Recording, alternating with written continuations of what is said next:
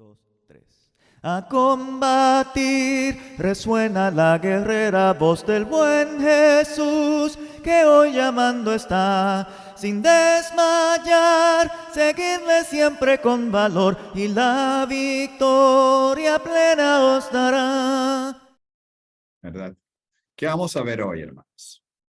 Recuerden la imagen anterior en el capítulo 1, desde el versículo 12 en adelante, que vemos a una mujer afligida, angustiada, triste, abatida,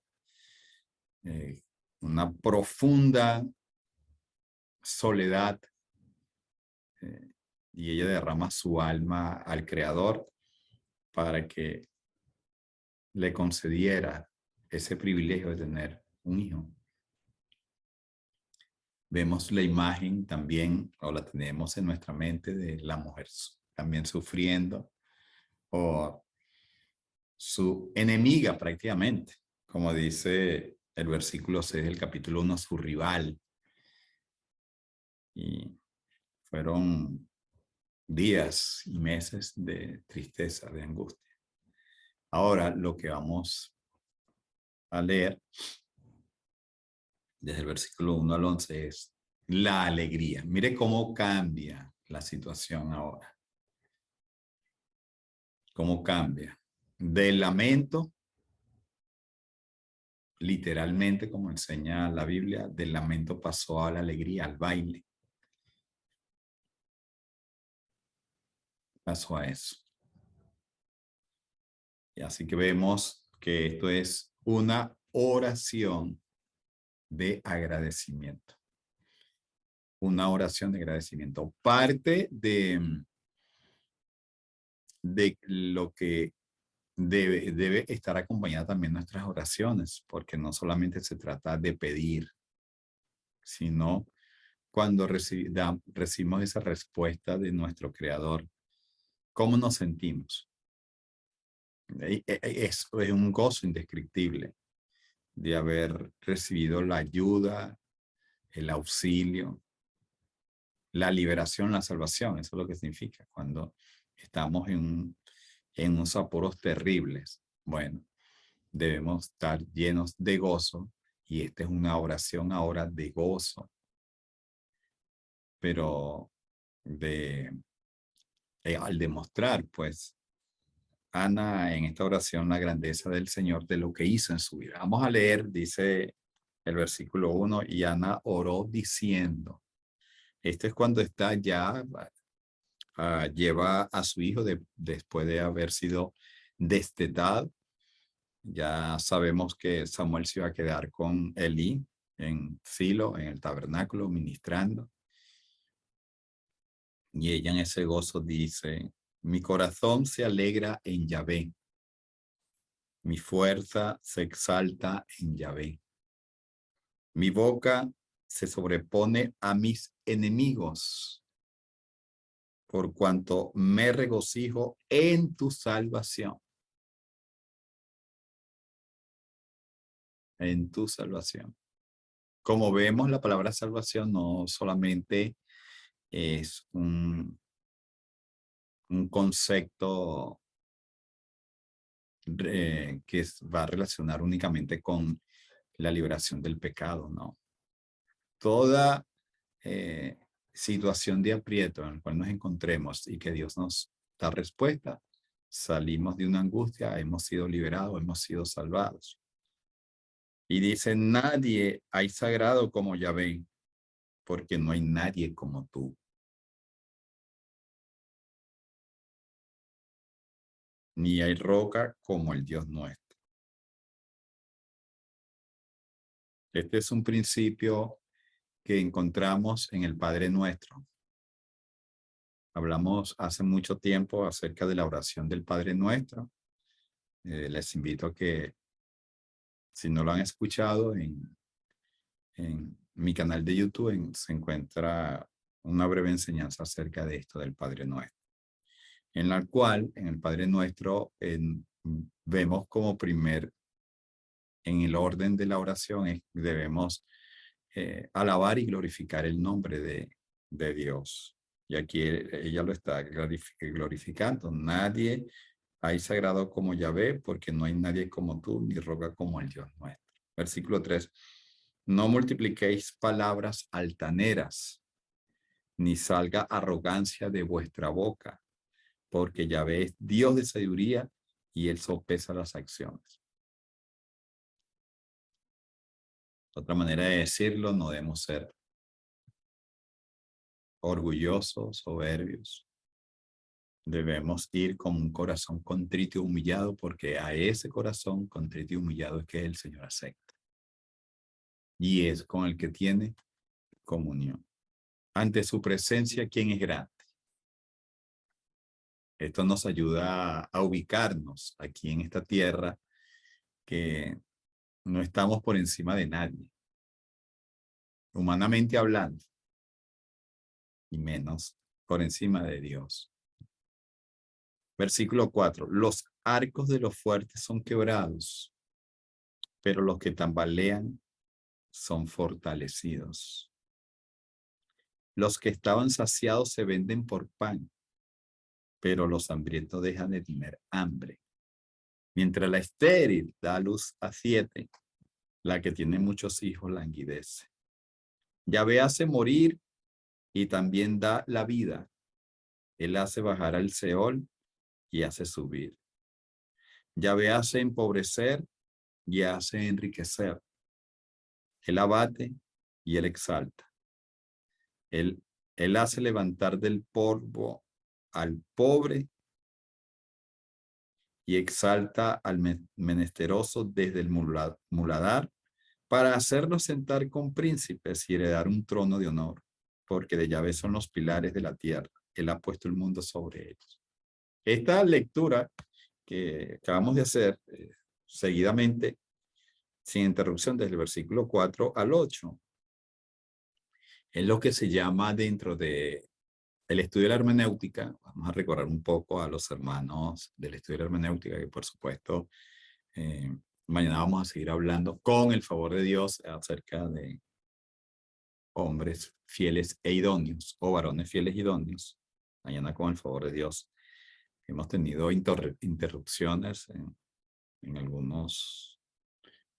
algunas actividades que yo he tenido fuera de lo normal. Y aquí vemos cómo en estos versículos se pueden llamar, dentro de el lenguaje figurado, una antítesis. Sí, antítesis. O sea, palabras que se oponen en sí para resaltar el cuadro dentro de lo que la persona o Dios quiere establecer en nuestra mente, ¿verdad? Compara a los fuertes con los débiles en el versículo 4. Los arcos de los fuertes son quebrados. O sea, se hace un contraste, porque si dijéramos una comparación, textualmente hablando, una comparación es un símil, ¿verdad? Pero esto es un contraste, una antítesis. Los arcos de los fuertes son quebrados, pero los que tambalean son fortalecidos. Todo esto en Dios, en Dios. Los que están saciados se venden por pan, imagínense eso. Pero los hambrientos dejan de tener hambre. Pero los que tienen hambre y sed de justicia. Mientras la estéril da luz a 7, en este caso ella, ¿verdad? La que tiene muchos hijos languidece. ¿Y cómo es esto?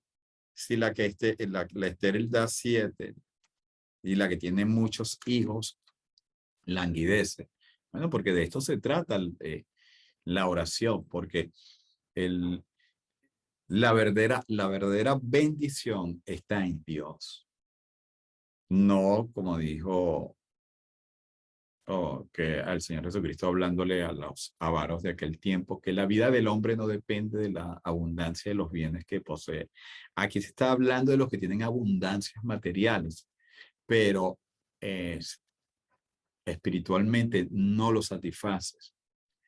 porque el único que puede satisfacer nuestra necesidad espiritual es Dios.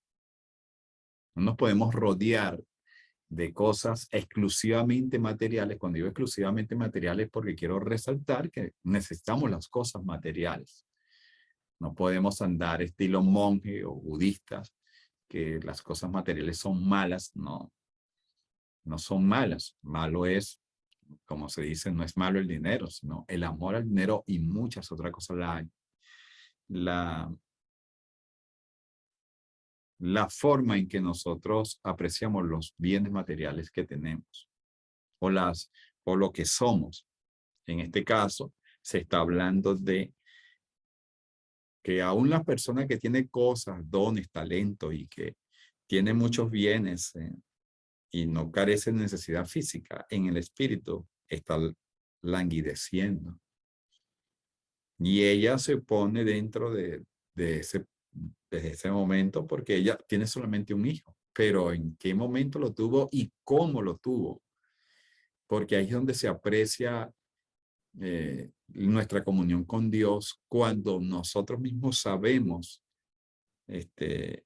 lo que costó alcanzar lo que ahora tenemos y que es producto de la misericordia de Dios. Claro que debemos activarnos, movernos, porque la Biblia nos manda a trabajar, la Biblia nos manda a accionar, pero reconocer que verdaderamente todo viene de Él, que sin Él nada lo podemos tener. Y dice el versículo 6, Yahvé hace morir y también da la vida. Él hace bajar al Seol y también hace subir. Estamos viendo este contraste, ¿verdad? Entre lo que es la vida y la muerte. De lo que es estar sepultados y resucitar. Como podrán ver, hermanos, cuando se habla de esta manera, como está hablando, orando Ana, prácticamente Ana estaba muerta. Si lo llevamos en el sentido espiritual, no con relación al pecado. Por eso es que decimos que aquí cuando está hablando ya de la salvación, no es con relación al pecado, sino de la situación por la cual ella en el tiempo pasado padeció. Pero cuando ella está orando en este momento con gozo, con una profunda devoción, un profundo agradecimiento, esto es prácticamente una acción de gracia. Y es lo que nos dice Filipenses antes de ir, no vayan a Filipenses, yo lo voy a leer rápidamente para no perder el hilo de la enseñanza. En Filipenses nos dice que por nada estemos afanosos, por nada, ¿verdad? O angustiados, como dice esta Biblia. Antes bien, por la oración y la súplica, en todos sean conocidas ante Dios vuestras peticiones con acción de gracia. Está haciendo una acción de gracias aquí. Y está reconociendo que ella estaba espiritualmente muerta, pero que el Señor la resucitó. Esto, aquí mismo vemos la introducción de lo que es la resurrección. Pero por supuesto, hablándolo en sentido espiritual. La resurrección no es solamente una acción que va a suceder literalmente cuando el Señor Jesucristo se manifieste, como hablamos en la carta de Tesalonicenses, ¿verdad? Hablamos el viernes pasado con respecto a la esperanza que tenemos cuando Cristo venga. Ya sea que estemos muertos, vamos a ser resucitados, y si estuviésemos vivos, vamos a ser transformados. Pero el punto que quiero enfatizar acá es que la resurrección sí es también en un sentido espiritual. Es por eso que cuando se lee acerca de la muerte segunda y de la resurrección en Apocalipsis, al personas le dan interpretaciones fuera, o sea, se hablan de tres resurrecciones, cuando nosotros depende del contexto, debemos saber en qué sentido se está hablando de la resurrección. En el caso de este capítulo 2 de 1 Samuel, ella ha resucitado, ha vuelto a la vida. porque ella sin un hijo, ella no tenía vida. ¿Qué le dijo la esposa? Ya va, para ver quién fue, porque siempre me confundo con los personajes, si fue la esposa de Isaac o Jacob, ¿verdad? Que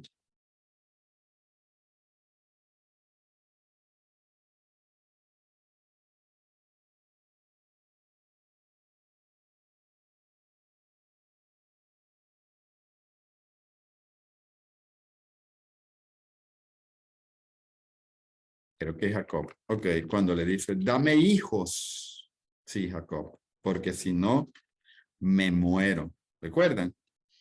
¿Recuerdan esa, esa petición que ella le hace a su esposo? Pero su esposo le está diciendo, yo no tengo la culpa de eso, yo no, el problema no soy yo, el problema lo eres tú. Y entonces hubo la oración y el Señor le pudo dar hijos también a él. En este caso, para Ana no tener hijos era la muerte. Y por eso nos está diciendo aquí, y ella se sentía que había sido levantada, prácticamente, levantada del polvo en el cual ya se encontraba. Digamos, versículo 7, Yahvé hace empobrecer y hace enriquecer. Él abate y él exalta. Increíble esto. Increíble. Génesis 31. Ok, gracias al hermano Manuel, que estoy viendo ahorita aquí. Génesis 31. Estaba buscando. Vamos a ver qué dice Génesis 31. Viendo Raquel, la esposa de Jacob, que no daba hijos a Jacob, tuvo celos de Raquel, de su hermana, y decía, dame hijos o me muero. Gracias, hermano. Eso era el sentimiento, hermanos, de las mujeres en la antigüedad. Como dijimos, debemos estudiar la Biblia de acuerdo al contexto, en este caso histórico, para eso, para el momento en el cual estamos hablando. Para ellos, las mujeres, la muerte.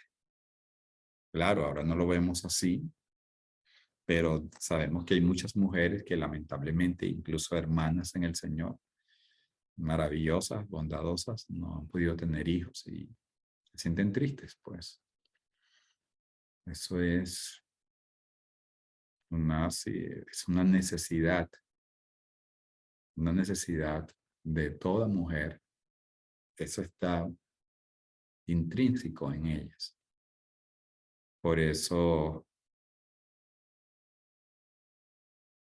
toda mujer hermana que ha tenido hijos debe sentirse bendecida porque Dios le dio el privilegio de traer a existencia. Pues sabemos que es Dios todo, pero toda mujer es el vehículo para traer a existencia aquí a la tierra seres humanos. Es una obra maravillosa. Y ella se sentía en este momento, Ana, se sentía tan gozosa, tan satisfecha. Y dice, he resucitado prácticamente. Es el versículo 7. ¿Quién hace empobrecer y quién hace enriquecer? Solo Él. ¿Quién hace abatir y exalta? Solo Él. Ella reconocía que ella estaba pobre y estaba abatida, pero fue el Señor que la enriqueció y la exaltó. Por eso nosotros leemos muchos mensajes de autoayuda y que son bastante interesantes. Y una de las frases más comunes en el mundo actual es, todo depende del punto de vista con que se mire, ¿verdad? Y se pone el ejemplo de un vaso a la mitad y todos le damos un significado a ese vaso. Algunos lo ven medio lleno, otros lo ven medio vacío, ¿verdad? Entonces va a depender de la forma en la cual nosotros vemos esto, la vida. Y en este caso, ella tenía un solo hijo. Y no importa que la otra tenía varios, pero para ella, con un solo hijo, para ese momento, ella estaba exaltada. ¿Por qué? Porque había cubierto el Señor su necesidad y ella lo estaba entregando. Ya ella en este momento que está orando, prácticamente es la oración para volver a su casa y ella vuelve, pero se sintió tan exaltada por el Creador, sabía que lo iba a dar en dedicación, como dice aquí la Biblia textual, en préstamo a Yahvé, pero el gozo de ella era indescriptible. Entonces no se trata de cuánto tengo yo y cuánto tienes tú, sino que se trata de cómo me siento yo con lo que tengo, con lo que Dios me ha dado en este momento. Todo va a depender de la crianza y el espíritu que nosotros tengamos en nuestro corazón de ser agradecidos. Cuando escuchamos frases como, y esto es lo que y esto es lo que hay de comida hoy, y esto es lo que voy a comer, y esto es lo que se demuestra una insatisfacción con la bendición que hemos recibido. En este caso, para dar un ejemplo acerca de los alimentos. Y así pues, cuando hay otros que ni siquiera para comer tienen el día, o en los días, o en la semana. Es maravilloso saber, vernos dentro de las perspectivas de lo que Dios nos ha concedido, de cómo estamos nosotros ahorita con respecto a lo que Dios nos ha dado hasta ahora. ¿Estamos abatidos? ¿Estamos exaltados? Recuerda que aquí está hablando un espíritu gozoso y nos está enseñando de la posición que ella está tomando espiritualmente ante Yahvé. Versículo 8, él hace levantar del polvo al pobre. Estoy confundiendo los polvo y pobre. Digo polvo, ¿verdad? No es así. Vuelvo a leer. Él hace levantar del polvo al pobre. Del polvo, hermano. Y exalta al menesteroso desde el muladar. Para hacerlos sentar con príncipes y heredar un trono de honor. Porque de Yahvé son los pilares de la tierra y él ha puesto el mundo sobre ellos. Estamos sentados en todo lugar espiritual en Cristo Jesús. Bienaventurado el Dios y Padre de nuestro Señor Jesucristo, que nos hizo que sentar en todos lugares espirituales en Cristo Jesús. Esto, ¿quiénes? Los pobres en espíritu. Versículo 9, él guarda los pies de sus fieles, pero los malos enmudecerán en las tinieblas, porque por fuerza propia no prevalecerá ninguno. No, no es con espada ni con ejército, sino con su Santo Espíritu. Nuestras victorias, todas las que hemos tenido, debemos reconocer que han sido dadas por Dios. Todas. Y las que vendrán son dadas por Dios. Versículo 10. Los adversarios de Yahvé se aterrorizarán y contra ellos tronará desde los cielos. Yahvé juzgará los confines de la tierra, dará fortaleza a su rey y exaltará la fuerza de su Mesías, de su ungido. Y después, versículo 11, y después Elcana volvió a su casa en Ramá. Por supuesto, donde dice Elcana, porque se está dando el énfasis en el hombre, en este caso, pero sabemos que en este momento, cuando dice después Elcana, volvió a su casa, se está sobreentendiendo que desde el versículo 1 y 2 del capítulo 1, era Elcana quien iba con Penina, con Ana y con los hijos de Penina, en este caso fue Ana. Entonces, cuando dice que Elcana regresó, están regresando todos, familia completa. Después Elcana volvió a su casa en Ramá y el niño se quedó ministrando a Yahvé. Ahí está. En presencia del sacerdote Elí. ¿Por qué? Ya estudiamos que Ana cumplió lo que prometió. Y por supuesto, Dios cumplió lo que prometió y Ana no podía quedarse con el niño. porque ese era el acuerdo en el cual ellos habían llegado. Y nos enseña el libro de Eclesiastés que cuando nosotros prometamos algo debemos cumplirlo. Así que, hermanos, podríamos decir para terminar esta breve enseñanza de hoy, que las acciones de gracia vienen primeramente en respuesta a lo que hemos recibido del Creador. Y es como también podríamos hacer una reflexión aquí en cuanto a la acción de gracia. Y cuando estamos en una situación de esas que son tristes y oramos y estamos afligidos, y después que recibimos la bendición, hacemos unas pequeñas oraciones de acción de gracia y se nos olvida. No, esta es una acción de gracia maravillosa, léanla y métanse en esta oración para que vean el gozo que Ana está expresando. Bendiciones, hermanos, que el Señor les bendiga en su vida.